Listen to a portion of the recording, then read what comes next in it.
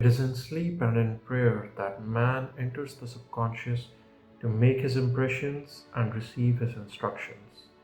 Neville Goddard here is telling us that the two ways to make an impression on your subconscious mind, the two ways to change your subconscious mind is through either sleep or through prayer.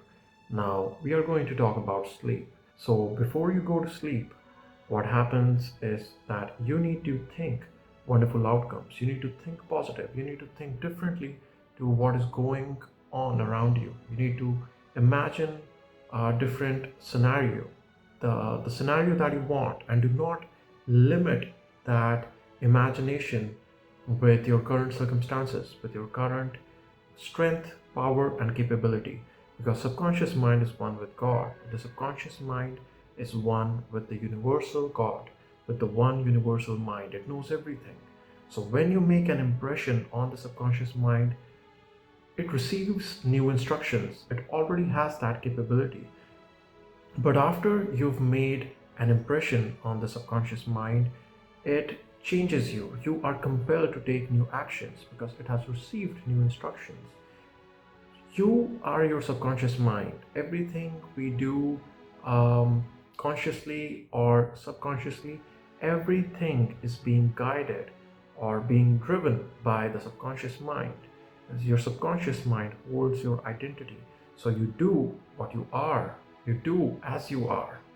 And for you to change your actions, for you to change your thoughts, you need to change the impression of yourself, your identity in your subconscious mind. And the two ways to do it is through sleep and through prayer. So when you make an impression on the subconscious and it receives new instructions, you are compelled to act now differently.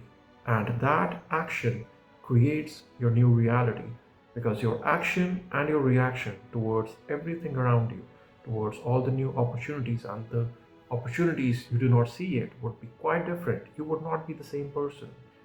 The subconscious has no desire to change the conscious mind, but the conscious mind alone makes an impression on the subconscious.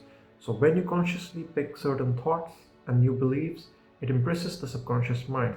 Subconscious mind does not judge. Subconscious mind does not care the kind of person that you are, good or bad, or what your circumstances are. It is going to act how it is, what the identity it holds within itself. And this identity has been carefully built up by you. First, it was built up by your environment, and then it was built up by your reaction or how you perceived the world around you to be. What were the truths that you focused on?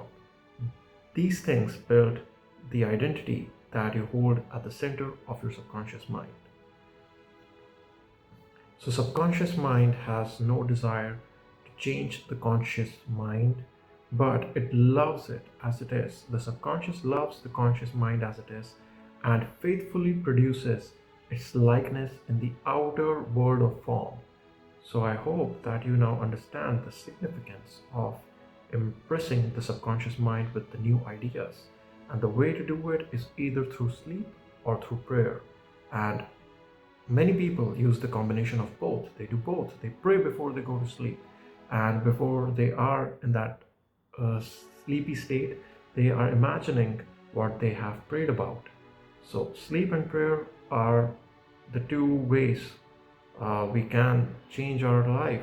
So, maybe you're not a religious person, so you do not want to pray. But what you can do is before going to sleep, you can speak these affirmations to yourself at least. And people who have a certain degree of belief in the existence of God, you can also pray to God before going to sleep and when you wake up to set a tone for the day, to set a wavelength and a level of expectation for the day, which is what you will keep focusing on. Because the more you pray, the more you repeat these affirmations, the more you will be using your subconscious mind and your conscious mind to look for those truths, to look for that evidence that you have claimed to be true now.